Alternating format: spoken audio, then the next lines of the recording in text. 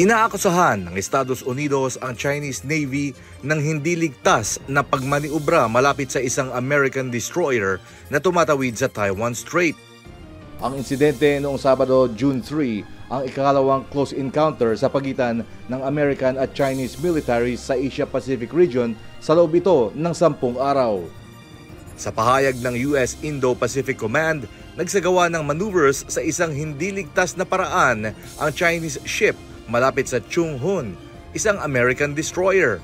Nangyari ito habang naglalayag ang Chung Hoon sa Taiwan Strait kasama ang isang Canadian warship sa isang joint mission. Batay naman sa Chinese military, na-monitor nito ang pagdaan ng mga barko, subalit walang binanggit tungkol sa close encounter.